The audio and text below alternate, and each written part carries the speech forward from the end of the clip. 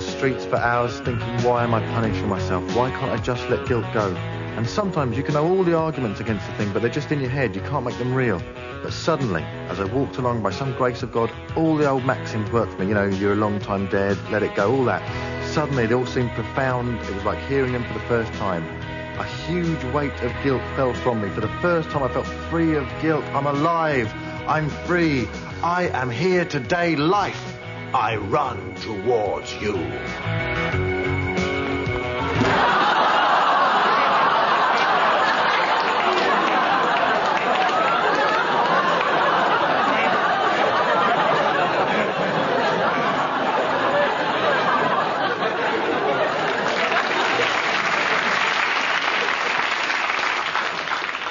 I've always said, if ever life got bad beyond a certain point, I wouldn't let myself keep suffering. You know, I'd just kill myself. You know, if ever I was duodecahedrically paralysed from the eyebrows down, that'd be it. You know, I'd just check out straight away, kill myself immediately. I don't know how. Probably I'd have to use the wooden stick on my forehead that I typed with to try and stab myself after I've typed up my suicide note. And so I have decided to take my own life. It's impossible. Or failing that, I'd have to try and set myself on fire by rubbing the wooden stick on my forehead against the wooden side of the breakfast tray, hoping that eventually the two sticks will heat up, smoulder, and the flames will start to travel along the wooden stick towards my forehead.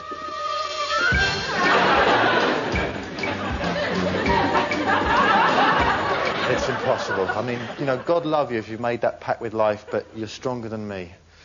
Or if, you know, if ever I was responsible for the death of a child, imagine that, you know, and it wasn't like complete an accident. You know, maybe I'd carried on kicking even after the kid went down. Just kill myself instantly. Of mouth cancer, skin cancer, check out straight away. Or if ever I waited a really long time for the kettle to boil and hadn't plugged it in. And that's too fine a line to carry on with for too long a time. What's the point?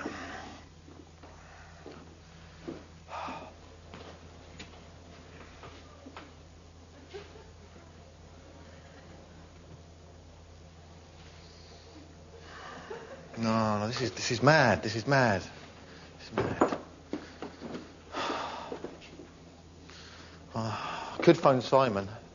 I really wanted us to be friends, but even though he gave me his phone number and invited me round, I felt that he did it in a piss off and don't phone me kind of a way. I'm stuck. I'm stuck. Nothing's to do. The only thing left is just to deal with the formalities. I don't know what to do about my suicide note. I won't waste my time with poetry because it'll be terrible at a time like this, and I'll just be buried next to Sinead O'Connor. Or with, you know, trying to explain because people never understand.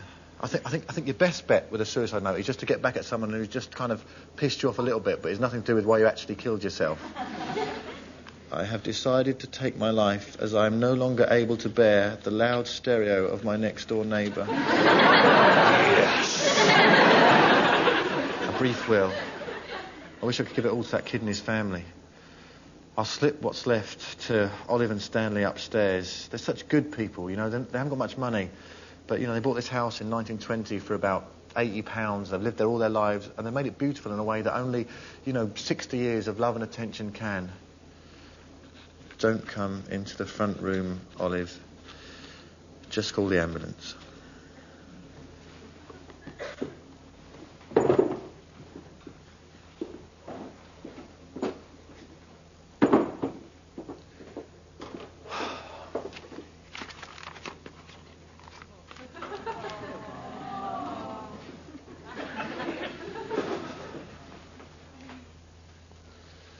This would all be so much easier if I lived in Sweden. Sweden has got the highest suicide rate in the world. Volvo accessories include an exhaust pipe to front window attachment.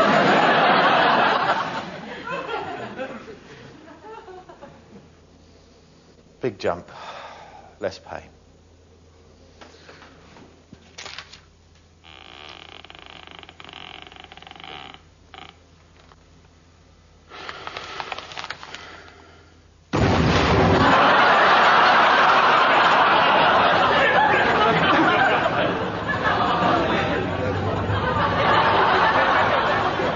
I don't know, it must have been subsidence, not someone hanging themselves. Did you say hanging themselves? She said hanging themselves because you'd need rope for that, wouldn't you? It's a death trap. I'm not suicidal. I'm not suicidal.